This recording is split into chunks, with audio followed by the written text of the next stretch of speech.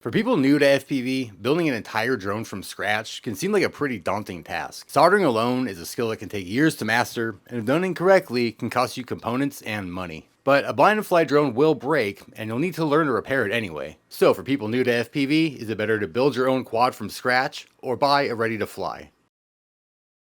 When I started flying, you had one option for buying flies, some shit-ass build that was either a Blackout or a ZMR 250 assembled with the lowest grade RC airplane components imaginable. But these days, you have every FPV content creator being like, this is the best bind and fly of this current month, just because there are so many being produced. And as of right now, there still are some quality standalone frames you can buy. Obviously, God makes some amazing ones, as do a few others. But something I'm seeing is companies pushing a lot more bind and flies, especially 5-inch freestyle bind and flies. They're kind of using the word freestyle a little bit loosely. And this is a fairly new thing in the history of FPV. Like, tiny whoops have always been bind and flies. That's how they started. You could only get the Inductrix as a bind and fly, but 5-inch has traditionally been build your own.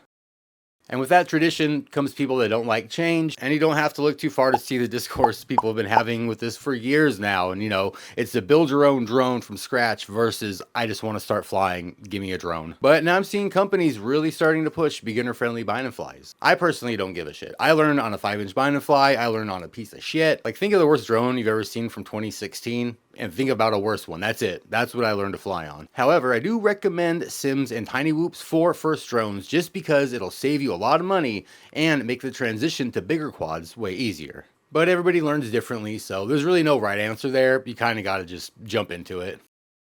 My only issue with getting a bind and fly 5-inch for a first quad is they're hard to fly. They're kind of hard to control. So not only do you have to be extra careful not to hurt yourself or someone else, you also risk losing a lot more as a new pilot. And as a real quick tangent, I do see folks putting beepers and GPS on freestyle quads, and I just want to say, stop it. Stop that. Don't put a GPS on your freestyle quad. You don't need it at all. Beepers are kind of like whatever. I've been using my arm switch as a beeper for 8 years, and I've never lost a quad due to not being able to find it on the ground. I mean, obviously do what you want. I'm just saying this because that just adds a lot more points of failure, more UARTs that get taken up, and it's pretty much just unnecessary for freestyle. You want your 5-inch quads to be as simple as possible. So take all that goofy shit off your freestyle quad and stop flying so far away from yourself. Okay, what was I saying? Oh yeah, bind and flies. So if you're like me, you're impatient as shit, and when you find a new hobby, you just want to jump right in. So if you're new to FPV, a bind and fly seems like the way to go, I'm sure. But if you break that shit, which you will, you have to be able to fix it. And by building your own freestyle quad, even fumbling your way through it, you'll know exactly how that shit goes together when it does inevitably break. Soldering is where some of y'all may hit a roadblock, since a lot of us, including me, are soldering for the first time because of FPV. It definitely takes some time to be able to do it properly. My advice is get a good iron. Like a $50 TS100 will make all the difference. If you're smashing your iron into your board because it's not heating up enough, you're doing it wrong. Tin everything, including the tip of your iron, crank it up to 400 and let the heat do all of the work. You should be able to just set your iron on the wires and the solder will melt together. A good way to practice is just get some dead components or some like broke RC car from the thrift store and practice on that. But if you already know how to solder, building a tiny whoop was super fun and it'll teach you 70% of building a larger quad. I like my custom whoops a lot more than the bind and flies I get to review for sure. I get way less battery life, but they fucking rip. So honestly, if you're just starting out in FPV and you want to skip whoops, I do always recommend building your own 5-inch quad so you'll know that shit inside and out as far as repairs. But I do understand some people just want to jump right in with a bind and fly. Just make sure you know how to fix that shit or have someone that can either help you in real life or on Discord fix it, because you're going to break it. So building is one thing, but programming a quad is a skill into itself. Even if you know how to solder dicks to a wall, Betaflight is a brand new program to a lot of people. So getting a bind and fly that's also pre-programmed is another reason I can see people going that route. But another thing I see pilots doing is overcomplicating everything in Betaflight. Like, you don't need shit, homie. For real. Don't worry about all that extra goofy shit in Betaflight. Just do a bare bones setup, arm switch pre-arm for safety, simple OSD with a battery voltage and warnings, and that's it. Don't worry about your tune or sliders or RPM filters, whatever the fuck those are. Just make sure the motors spin the right way, slap the Superfly 5-inch preset on that shit, and go fly your drone. Try not to spend too much time on the bench or in Betaflight when you're starting out. You really just want to focus on getting better on the sticks. And yes, a well-tuned quad will fly better, but if you're newer to FPV, that ain't gonna change shit. I've always noticed good pilots try to overcome quad's shortcomings on the sticks before they do it in Betaflight, you know what I mean? Like say your quad's flying pretty good otherwise, but when you do hard snap rolls to the left, it may bounce back a little. Well, instead of trying to chase that down in Betaflight for 3 weeks, just don't do super hard snap rolls to the left when you're doing tricks. Now, I'm not saying don't fix issues or anything like that. I just mean, I see people tripping about little things when it really doesn't matter and they should just be out there flying. Quads will always have some weird little issue with it, but if it doesn't stop you from flying and enjoying your day, just go fly it. And I totally understand how overwhelming Betaflight can be when you first start out, but if you watch in-depth tutorials of that program, they will overload your brain. But it's like any tool on a computer. There's 400 buttons and the only thing you need is 3 of them, you know what I mean? Instead of copying the CLI text, I used to just take screenshots of my Betaflight setup so I knew exactly what was supposed to be toggled on or whatever. I definitely recommend doing that if you're new to FPV and you buy a bind and fly. Take screenshots of all the Betaflight tabs. But you can also go into the CLI and type dump and copy that text and paste it back in if you ever screw anything up. After a while though, Betaflight will be easy. You'll know exactly what tabs and buttons you need, and then you can just ignore the rest. So while I do think people new to FPV should start out on a sim and a tiny whoop or 3.5 inch for safety and ease of learning, jumping right into a 5 inch might be the right path for some people.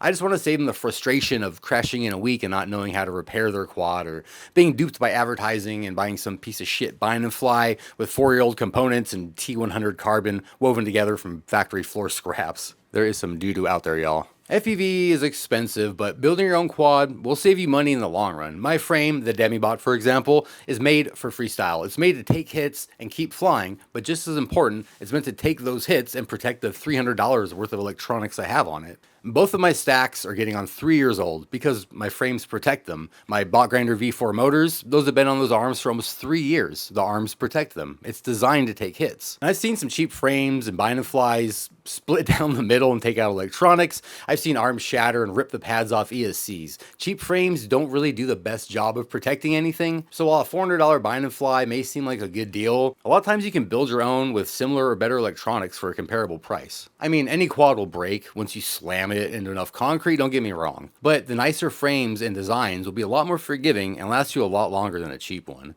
So honestly, there's no right answer in the build versus bind and fly debate. Since we're all different, I've seen people absolutely shred with a 5 inch within a month of flying, so spending a lot of time in sims and whoops would have been counterproductive. I've also seen people like me that took years to find their flow that would have benefited a lot more from time in the sim. Back in the day, I had no spare parts or money for them, so I'd be down for weeks at a time, waiting for a paycheck to get new motors or a stack or whatever. And back then, I also bought the cheapest possible ESCs, so I burned out a lot of stacks trying to turtle mode out of trees.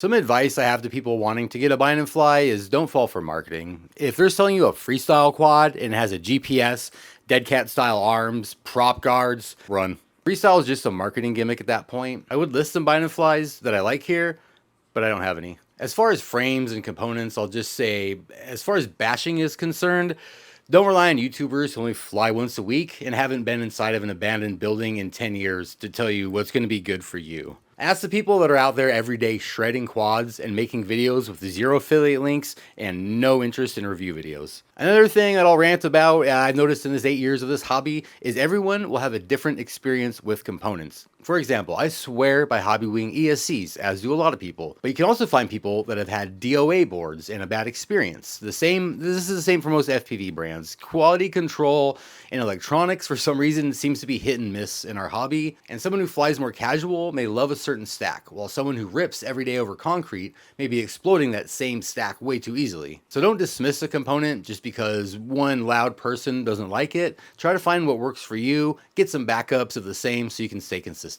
FPV is a pretty amazing hobby. It can be overwhelming. It can also be super easy if you cut the bullshit out. So think of freestyle like skateboarding. Are you gonna roll up to the back of Kmart in Crocs with little dangly charms all over them and like suspension on your trucks with rollerblade wheels? Hell no. You're bringing your Shugu to Hell SBs and that deck that lost all its pop years ago, but it still fucks because you know how to ride it. So stop browsing for Walmart ass deck, bind and flies, buy some decent parts, build a freestyle monster, and get out there and buck it. I mean, wait, no, don't have sex with your drone. I mean, get out there and fuck up the sky with your drone. I don't know. I wrote this script at like 10 a.m. and I'm reading off this teleprompter now. I did some dabs, so I don't really know what's happening now, actually.